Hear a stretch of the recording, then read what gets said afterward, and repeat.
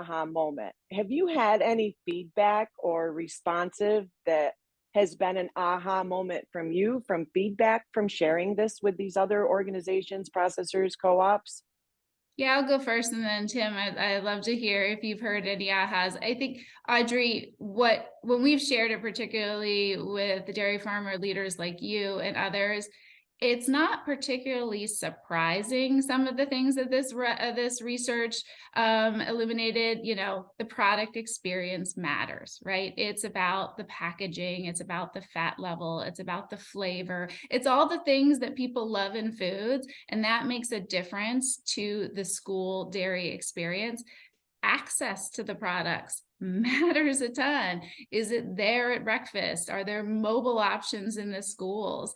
All of these things make a really big difference whether a child is consuming a small amount of dairy versus the recommended amount of dairy. But I think has been really eye-opening in this research is that now we're seeing the size. For each of these opportunities, we can see concretely what is the size of consumption that we could drive in order to help kids reach those recommended servings. We're able to pinpoint exactly what are the biggest bets. And I really think that accuracy is what's going to matter the most to our partners, because these are not small hills to climb, right? Making sure more kids are participating in breakfast, changing the quality of the school milk product. These are big honking things to get done. And so we're going to have to choose our bets clearly. And I think it's really important now that dairy farmers are going to have an accurate view of, if I invest here is exactly what the return on investment could be. And that is eye-opening. This research also exposes the risk to the industry and the school channel. Given the impact and the importance of product experience and product quality, if the product experience is depreciated, the impacts are going to be hugely negative. And so we need to shout that from the rooftops and let people know that, students really care about the experience, particularly of milk, that they get in schools, and that has a huge impact on their behavior.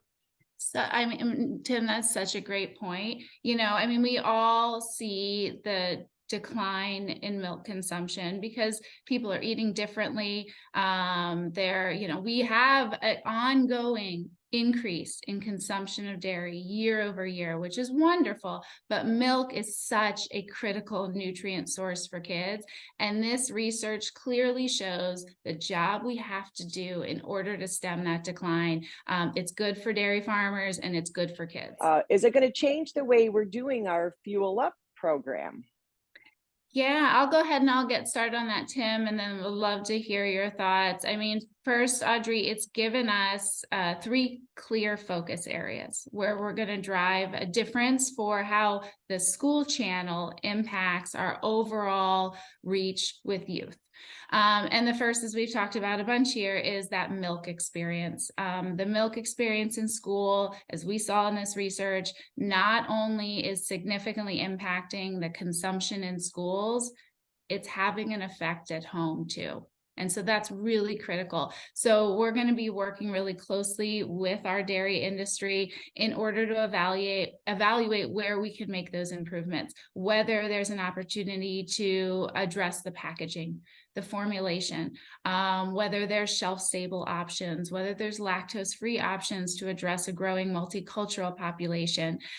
There are a lot of opportunities. They are going to be significant investments that this industry will have to make. So it's, as I said, not something that can be done on the backs of the dairy industry alone, but we're going to be working across the industry to determine where do we as a collective value chain want to focus on that milk experience. The second thing that we're really going to focus in is one of our biggest opportunities to increase consumption, and that's breakfast, which is not a new concept at all. But I think when we look at how the pandemic affected breakfast participation, we recently heard from USDA that from 2022 to 2023, there were 23 million fewer breakfast meals served. This is a massive drop, even as we come out of the pandemic. And it's a struggle for districts because, it's like staffing, storage, the stigma that comes along with being a child that needs to get breakfast at the schools. So not just making sure that milk and dairy is a part of breakfast. It is, and we can continue to do more. More kids need to participate in breakfast. It's good for dairy, and it is really, really good for kids' ability to learn and succeed. So that's going to be our number 2 biggest area. And then the third one, which is very important too, is how we look differently at bringing dairy into education. That's something that dairy farmers have done for at least over a century, right? It's at the foundation of how Checkoff National Dairy Concert was formed.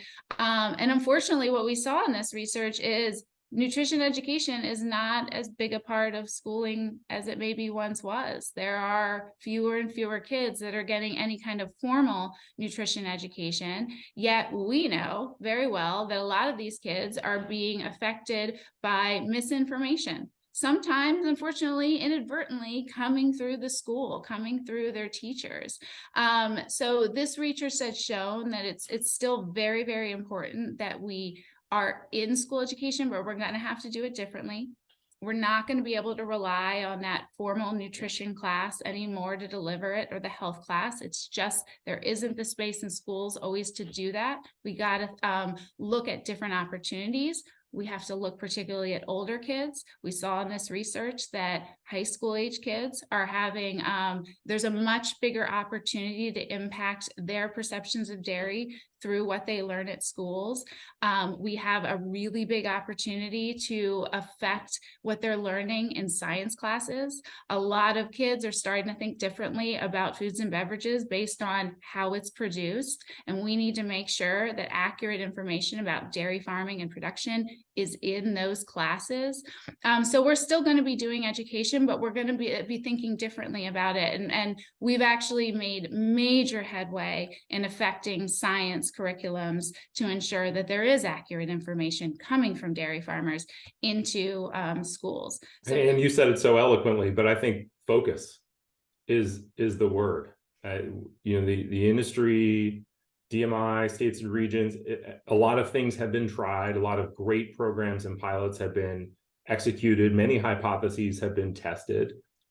Now we know there are a hierarchy of, call them the big 3 opportunities: product and experience, breakfast participation, and improving nutrition education, driving nutrition education, and really on very specific lines within each of those. There are very specific things to address within each of those. So driving that focus, having a quantified impact, as you mentioned, and so you can put those things in a hierarchy and have a local decision tree, that's applicable at a state level, at a school district level, even if you want, where you can really pick an initiative and decide what's the right initiative at this local level. And I think that's what this research brings. And I think it is going to help the industry allocate resources in a way that's much, much more impactful.